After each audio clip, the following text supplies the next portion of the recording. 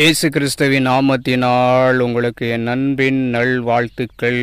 இந்த நாளில் இந்த வேளையில் கர்த்தருடைய வார்த்தையை பகிர்ந்து கொள்வதனால நான் கர்த்தரை ஸ்தோத்தரிக்கிறேன். கேட்கிற உங்களுக்கும் எனது அன்பின் நல்வாழ்த்துக்களையும் தெரிவித்துக் கொள்கிறேன். இந்த நாளில் கூட இந்த மாதத்தில் ஜெயம் என்கிற தலைப்பின் மூலமாய் நான் உங்களோடு கூட பேசுவது ரொம்ப சந்தோஷம். கர்த்தருடைய வார்த்தையின் மூலமாய் பேசி கொண்டிருப்பது நமக்கு சந்தோஷம். நம்முடைய வாழ்க்கையில் ஒரு ஜெயம் கிடைக்கணும். அதே போல் படிக்கிற பிள்ளைகளுக்கு, எக்ஸாம் எழுதி கொண்டிருக்கிற பிள்ளைகளுக்கு அவங்களுக்கு ஒரு ஜெயம் கிடைக்கணும். ஒவ்வொன்றுத்துக்கும் ஒவ்வொரு ஜெயம் கிடைச்சா தான் ரொம்ப சந்தோஷமாக இருக்கும். இல்லைன்னா தோல்வி ஆகிட்டால் நம்ம துவண்டு போயிடுவோம். அப்படித்தானே? அப்படி இருக்கப்படும் பொழுது அது நமக்கு நம்மளால் முடிஞ்ச வரைக்கும் நம்ம செய்கிறோம். நம்மளால் முடியாததை ஆண்டவராகிய இயேசு கிறிஸ்து கட்டாயமாக செய்வார். ஏன்னா அவருடைய வசனம் அழகாய் நமக்கு அப்படியாய் ஒரு வசனம் இருக்கிறத பார்க்க முடிகிறது. 1 கொரிந்தியர் 15ஆம் அதிகாரம் 57வது வசனம். நம்முடைய கர்த்தராகிய இயேசு கிறிஸ்துவினாலே நமக்கு ஜெயம் கொடுக்கிற தேவனுக்கு ஸ்தோத்திரம்.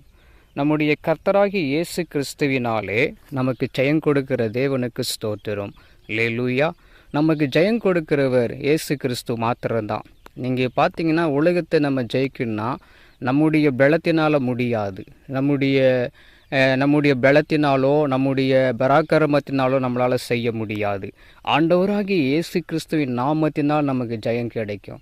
பாருங்கள், தாவீது அப்படி நினைவு கூறும்போது தாவீது ஞாபகம் எனக்கு வருது.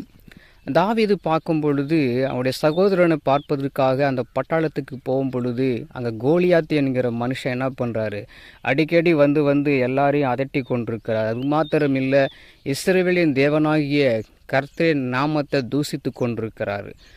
அப்படி தூசிக்கப்படும் பொழுது இப்போ தாவீது இதை கேட்குறாங்க. தாவீது எதுக்கு போகிறாருன்னு பார்த்தா தன்னுடைய சகோதரர்கள் எல்லாம் போய் பார்க்கலான்னு சொல்லிட்டு போகிறாரு. அப்படி போகிற சமயத்தில் இந்த தூசண வார்த்தையை கேட்ட உடனே இவருக்கு ரொம்ப என்ன ஆகுது, கோபம் வந்து அங்கே போய் நிற்கிறத பார்க்குறது முடிகிறது. அது மாத்திரம் இல்லை, அவர் சொல்கிறாரு, இந்த கோலியாத்து பார்த்தீங்கன்னா மாமிசமொழியாகிய கோலியாத்து நிற்கிறாரு. யாருமே ஜெயம் கொள்ள முடியல. எல்லாரும் பயந்து ஓடுறாங்க. ஆனால் அவர் ஆடு மேய்த்து கொண்டிருந்த சாதாரண ஒரு தாவீது என்ன செய்கிறாரு, அவர் துணிஞ்சு நிற்கிறத பார்க்க முடிகிறது. அது மாத்திரம் இல்லை, அவர் கோலியாத்து சொல்கிறாரு, ஒரு நாய்க்கிட்டையாவது நான் சண்டை போடுறது வந்து சொல்லப்படும் பொழுது அப்படியாய் பார்க்கும் பொழுது தாவீது அங்கே சவால் விடுறதை பார்க்க முடிகிறது. நீயோ உன்னுடைய பலத்தினாலும் ஆயுத பலத்தினாலும் வருகிறாய், நானும் என்ன பண்ணுறேன், நீ நிந்தித்த இஸ்ரவேலாகிய கர்த்தருடைய நாமத்தினால் நான் என்ன பண்ணுவேன், நான் ஜெயம் பெறுவேன். அல்லேலூயா. உன்னை வெட்டி உன்னை வீழ்த்தி ஆகாயத்து பறவைக்கு என்ன கொடுப்பேன், அந்த தலையும் மிருகஜீவன் காட்டு மிருகஜீவன் என்ன பண்ணுவோம், உடலை கொடுப்பேன்னு சொல்லி அங்கே சவால் விடுவதை பார்க்க முடியும். அதே போல் சாதாரண ஆடு மேய்த்து கொண்டிருந்த தாவீது அதே போல் ஜெயம் பெற்றுக்கொண்டார். அந்த மாதிரி எப்படி ஜெயம் பெற்றுக்கொண்டார், கர்த்தருடைய இயேசுவின் நாமத்தினாலே ஒரு ஜெயத்தை பெற்றுக்கொண்டார். நாமும் அப்படியாய் கர்த்தருடைய நாமத்தினாலே போகும் பொழுது நமக்கு ஒரு ஜெயம் கிடைக்கும். அதனால் நீங்கள் என் வாழ்க்கை இப்படி போயிடுச்சு, என்னுடைய எப்படி சொல்கிறது, படிப்பு இப்படி போயிடுச்சு, நான் தோல்வி ஆகிட்டேன், நான் ஜெயம் பெற மாட்டேனுன்னு சொல்லி நினைக்காதீங்க. கர்த்தருடைய நாமத்தினாலே நீங்கள் போகும்போது ஒரு ஜெயம் நிச்சயமாக நமக்கு கிடைக்கும். இந்த காணொளி மூலமாக உங்களோட கூட ஆண்டவருடைய வார்த்தையை பகிர்ந்து கொண்டதுனால ரொம்ப சந்தோஷம். தயவாக சொல்கிறேன், அந்த ஜீசஸ் பிளெஸ்ஸிங் வேர்ல்டில் நீங்கள் என்ன பண்ணுங்கள், லைக் பண்ணுங்கள், கமெண்ட்ஸ் பண்ணுங்கள், ஷேர் பண்ணுங்கள், சப்போர்ட் பண்ணுங்கள், சப்ஸ்கிரைபர் பண்ணி வச்சுக்கோங்க. அது மாத்திரமில்லை, இது தவறான முறையில் தவறான இதுக்காக மாத்திரம் பயன்படுத்தாதீங்க.